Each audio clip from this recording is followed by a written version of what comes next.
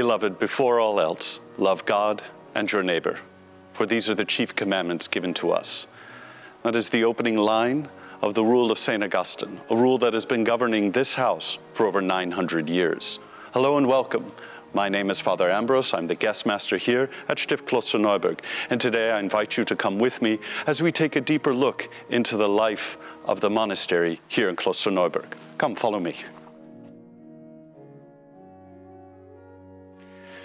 Stift Klosterneuburg, or the Abbey of Klosterneuburg, was founded in 1114 by the Marquis Leopold III.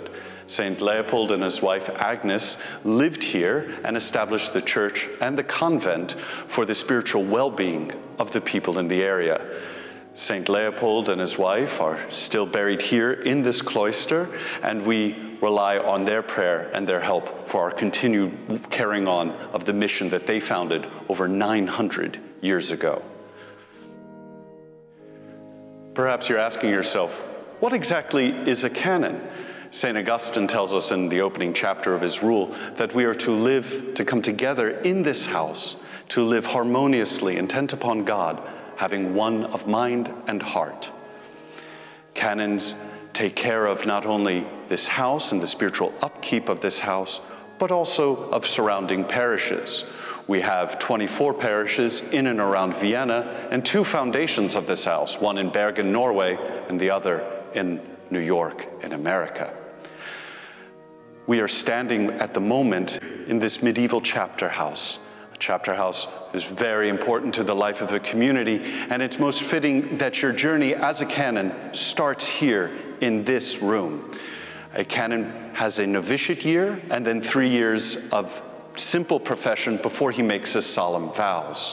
What makes this place so special for each member of the community is that each one of us is clothed here in this beautiful chapel. What we have behind us is called the Verdun altar. It is a medieval altarpiece from the 12th century, and below us Agnes is buried along with the children of St. Leopold and Agnes, and this reliquary above us has the bones of St. Leopold.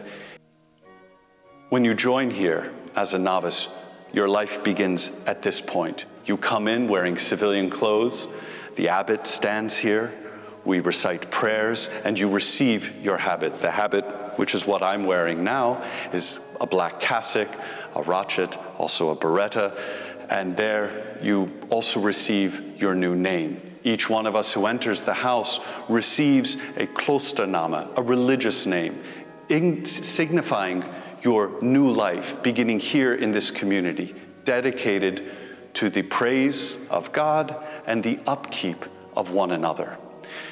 We will take further look in what the actual life of a canon is. St. Augustine gives us 2 pillars for the community life.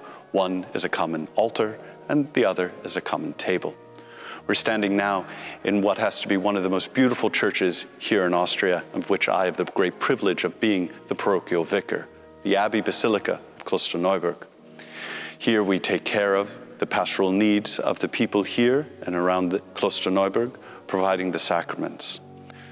This church not only serves a very important role for the people who come to visit, but also has another very important role for the life of the community.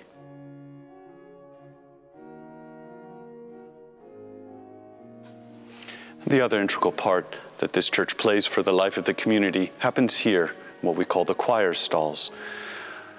Canons are asked to pray for the church in common. What is integral to the life here of the Abbey, to being a canon, is praying together the prescribed psalms of the church. We come together for morning, midday, and evening office. Together, that helps us foster a sense of unity with one another.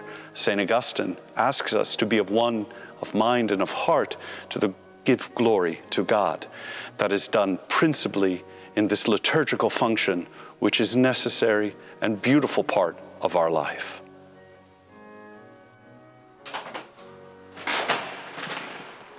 We find ourselves in the next very important room for us and for any monastery, and that is the refectory. Often as guest master, I get many questions about how do we eat our meals? What is the tradition? So we come in here for 3 meals: breakfast, lunch, and dinner. Breakfast is done in the traditional fashion of simply after Mass, the brethren file in, and there is no order to the breakfast.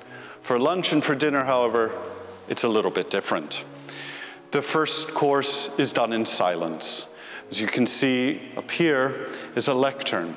There, one of the brethren will come up and do a reading either from the Rule of St. Augustine, the Constitutions from the Austrian Canons, or from a spiritual reading. Then the second course is a bit more relaxed. And then when the meal is ended, we have what we call recreation time. Recreation time fosters what St. Augustine asks of us, to be of one of mind and of heart. We had that common altar, now we have the common table. Not just a place where we feed our bellies, but also nourish that human side of us. And so we have recreation. It allows us to share with one another, talk about the things of the day, or whatever the topic takes us to. Recreation plays an integral part in the life and upkeep of the house. Perhaps the next most asked question I get as guest master is about our treasury.